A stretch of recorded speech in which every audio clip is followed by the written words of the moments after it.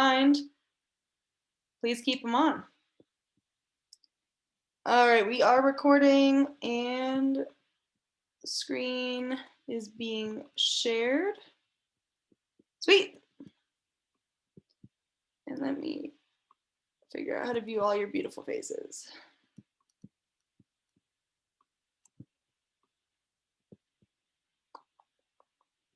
Sweet.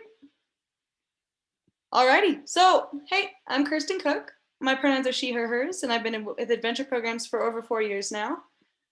Rachel and Sydney are here assisting today. They're going to do some slides. Actually, I think they're doing the vast majority of the slides. I don't know if you guys wanted to introduce yourself, but you're welcome to. Hi, I'm Sydney Pastore. I backpack and am also involved with adventure programs. Hi, I'm Rachel. I've actually gone backpacking with Sydney, and I'm also involved in adventure programs. Great, thanks you two. I would like to start off by acknowledging that we are fortunate to study and work on the unceded traditional and ancestral territory of the Chumash people. Much of the knowledge that I share in these workshops comes from traditional ecological knowledge, preserved and passed down through thousands of years by Indigenous peoples. I hope that this presentation can do justice to that tradition of sharing knowledge about how to live off and protect the land, while also acknowledging that the past and present original inhabitants of this land have been irrevocably harmed. I realize that these are just words, but I hope that these words can create awareness and be a step towards future change. I want to thank everyone so much for attending this. I believe it's my 5th workshop this quarter, and I was just doing looking at my YouTube, where I upload them. I think I've done over 15 now. It's pretty cool.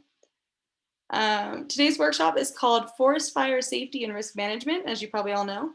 The purpose of this workshop is to discuss the dangers of forest fires and how to protect yourself if you find yourself in a situation where there's a forest fire.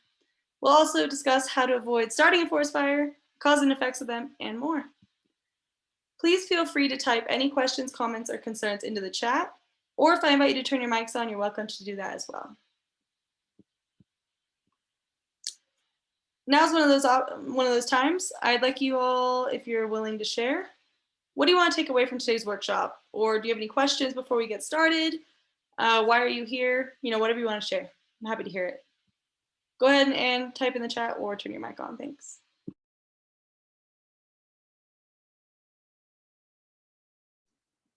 Well, I'm kind of excited to learn how to protect myself in the event of a forest fire. I feel like I kind of learned a lot about how to prevent them, which is super important. But considering I live in California and we have an annual really bad fire season, I think the aspect of keeping yourself safe if it gets a little too close is also really important. Thank you.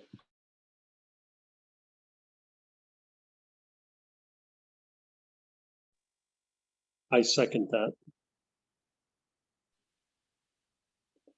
Willem shared that he's interested in becoming a firefighter and thought this would be a really helpful workshop. Thanks, Willem.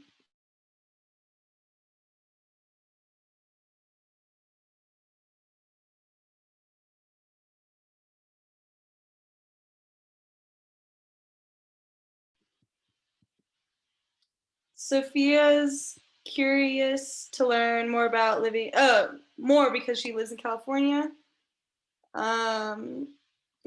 And Trump pissed her off about what he said with the forest fires. So she's more interested in causes and prevention. Thanks, Sophie.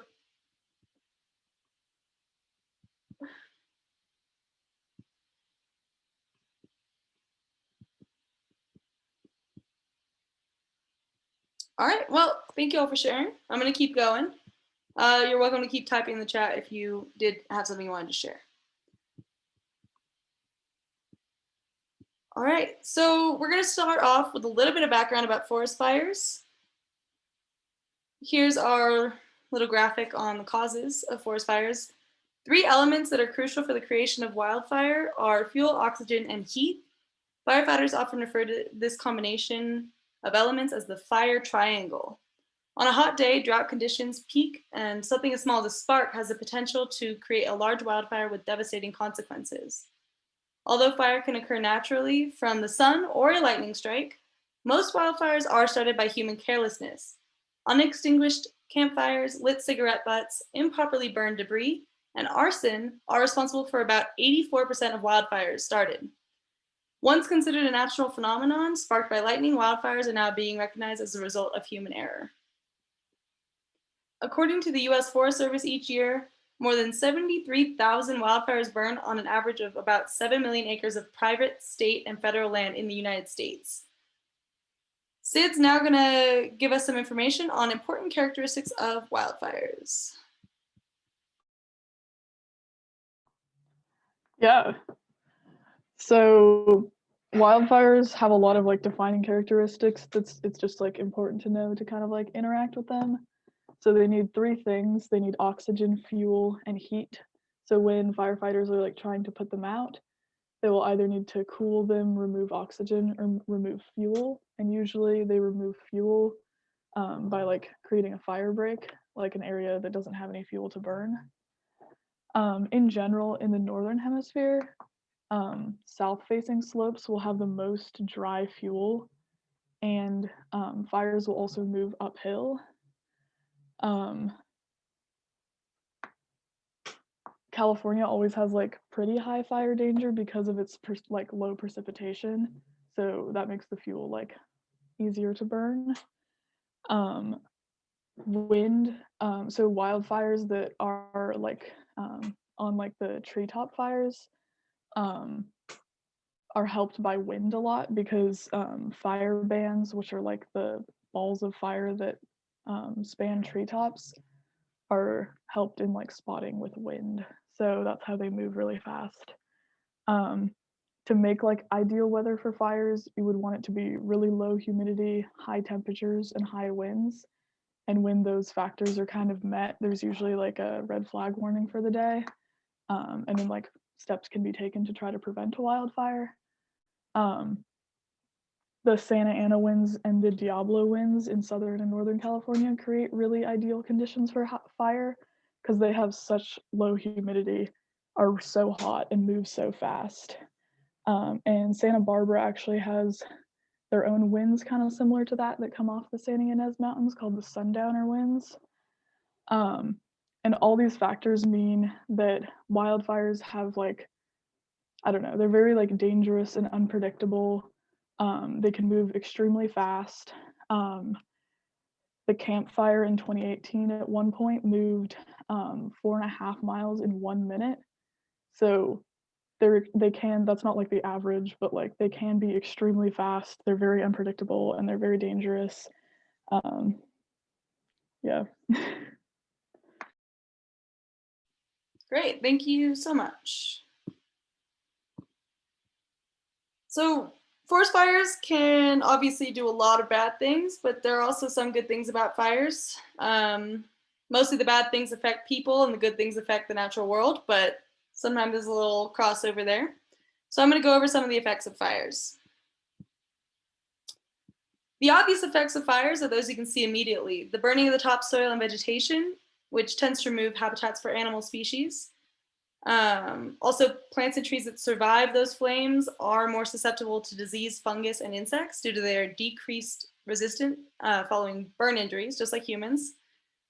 Also, the release of smoke and carbon dioxide, as well as other pollutants into the atmosphere, is a problem. And then another obvious effect is the pollution that enters waterways, such as ash and other debris.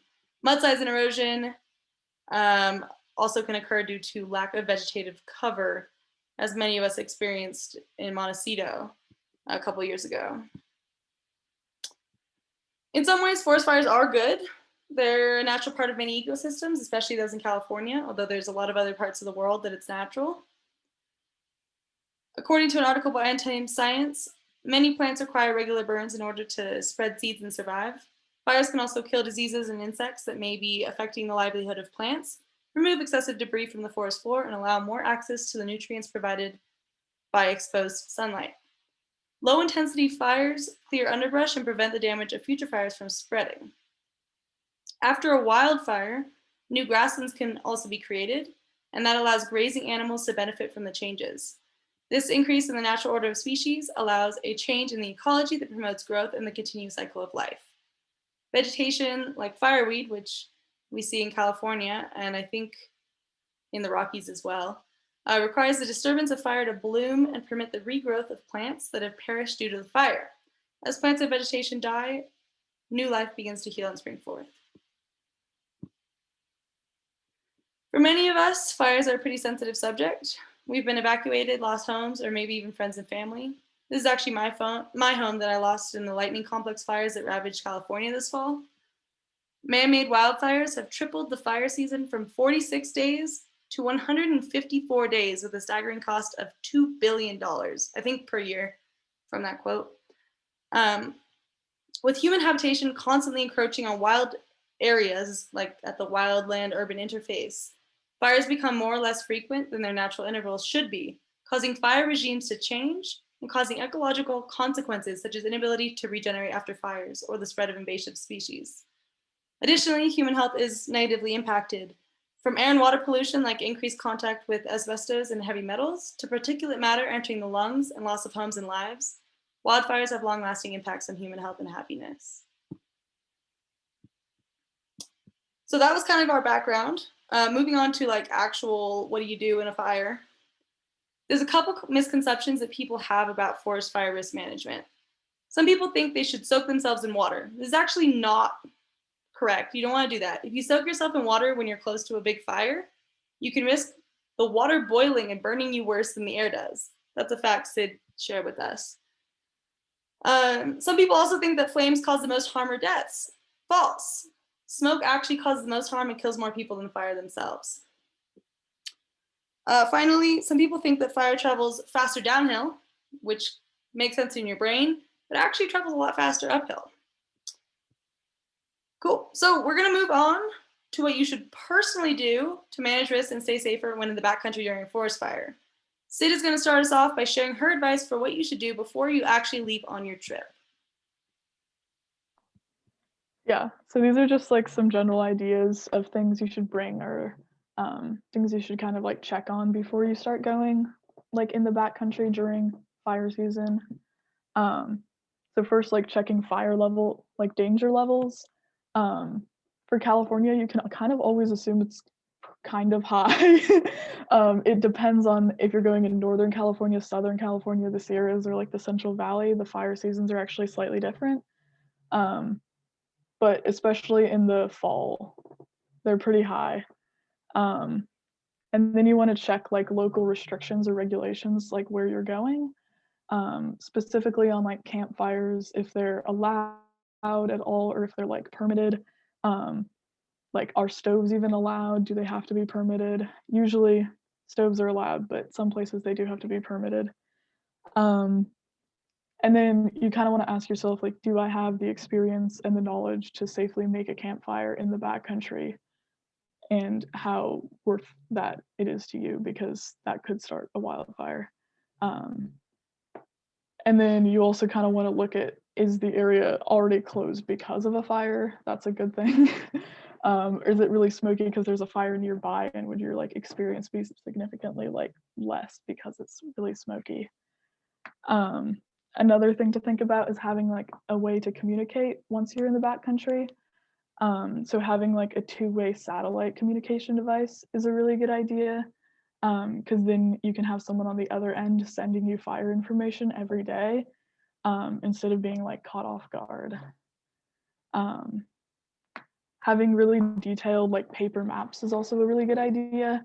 Then like maps that would show beyond just the route you're planning to take, so that because you might have to go in like an opposite direction if there's a fire where you're planning to go. So having them kind of like of the whole area, not just of like your specific route. And then obviously like obeying any fire closures that are already in place. If it's closed, like it's closed.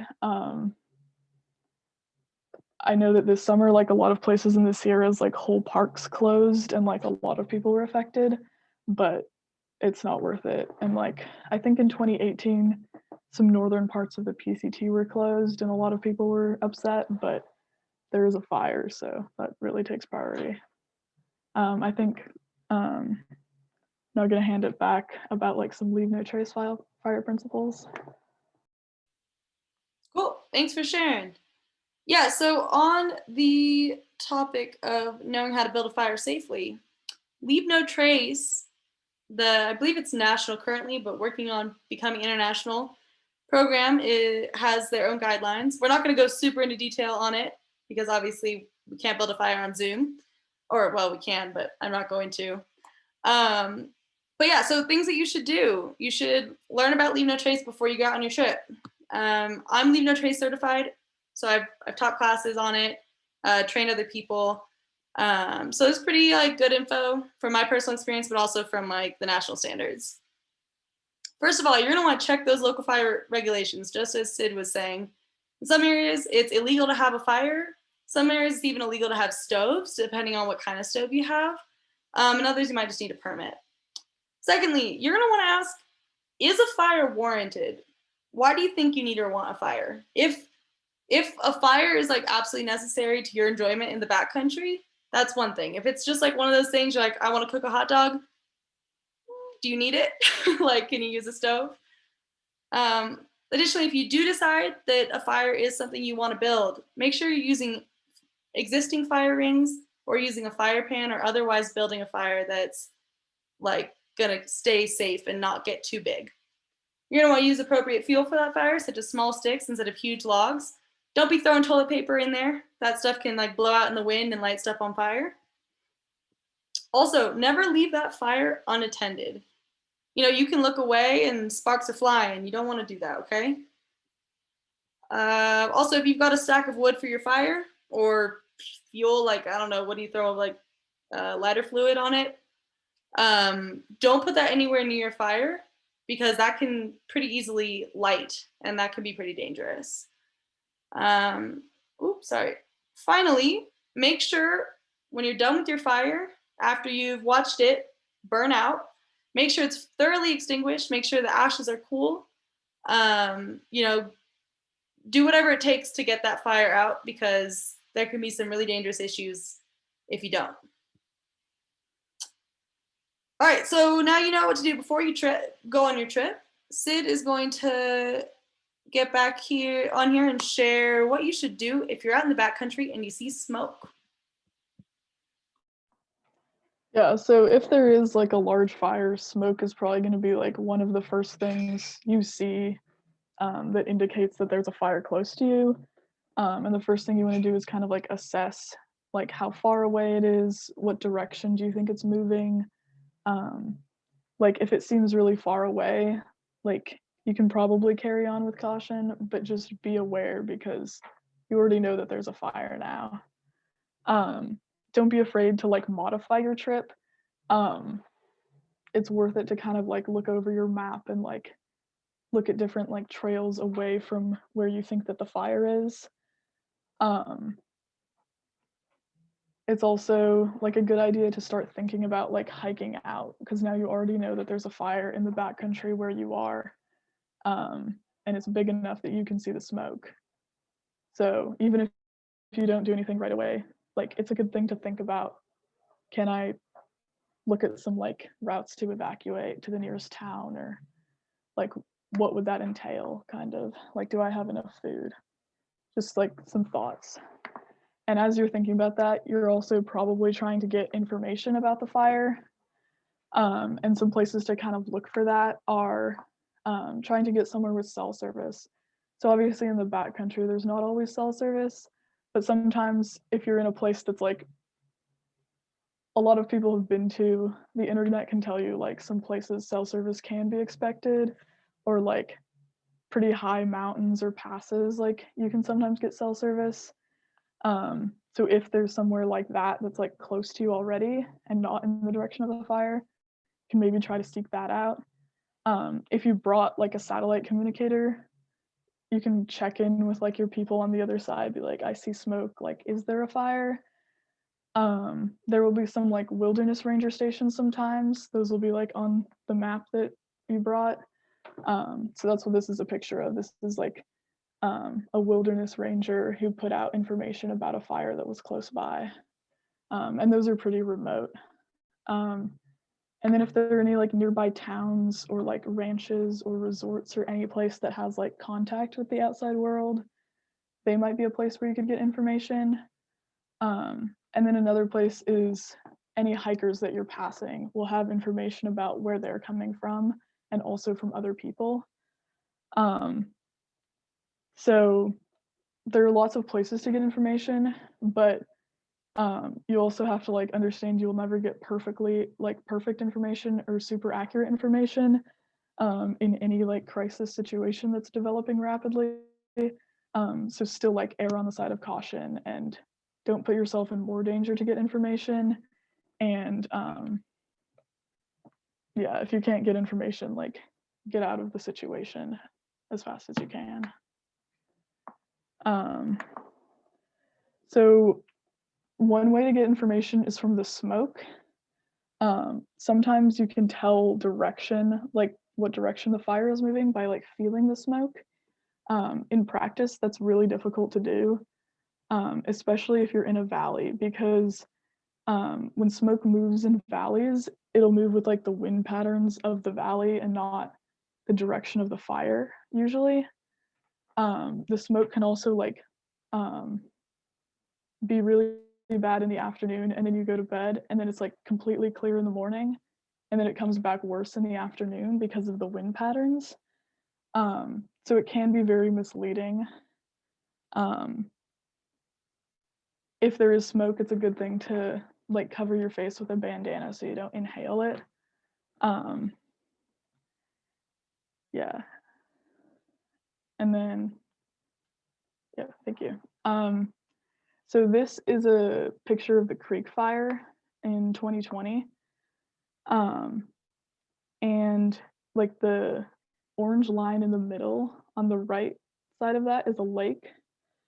And that's where I was when the fire started. So that line is 12 miles long, and the like dark red is how big the fire was on that day. So that's the 5th of September. So yeah, that's the day after the fire started. And so we could obviously see smoke. It was very smoky. So, and the fire was moving north, and we had some information. So we started evacuating south, but later decided to just go to Bishop, which is the town on the right. And this ended up being a fire that burned 380,000 acres and was only declared 100% contained on December 24th. And it was also the biggest single fire in California's history. So we chose to evacuate like over the Sierra in order to get out. And even though the fire never reached where we were very happy with that decision. Thank you for sharing. So now we know what to do if you see smoke. Rachel's going to quickly cover what you should do if you're in the backcountry and see actual fire.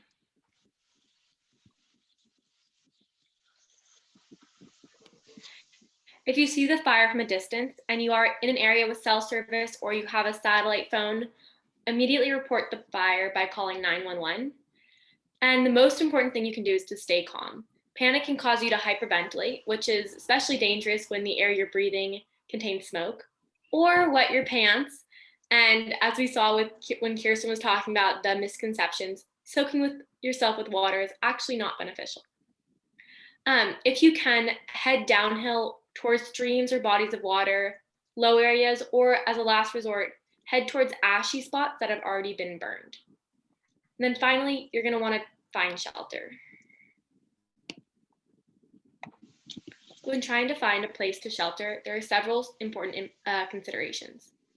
If you can, head to areas of low vegetation and low surrounding vegetation. Think of meadows, rock fields, or lakes. Additionally, try to head to flat areas. Avoid chutes and saddles. And then shelter behind something that will not immediately catch fire, like a rock or something like that.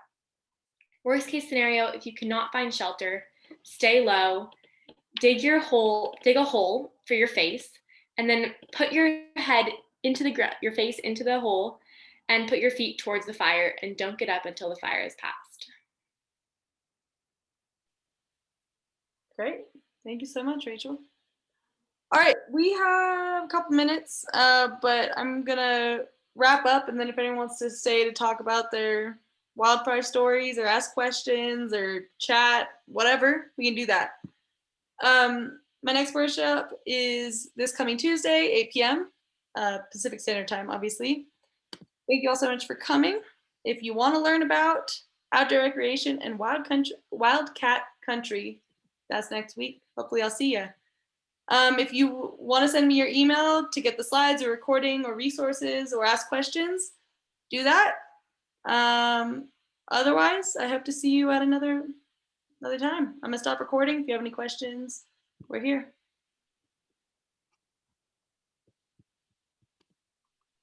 Oh, I didn't stop recording. What did I do?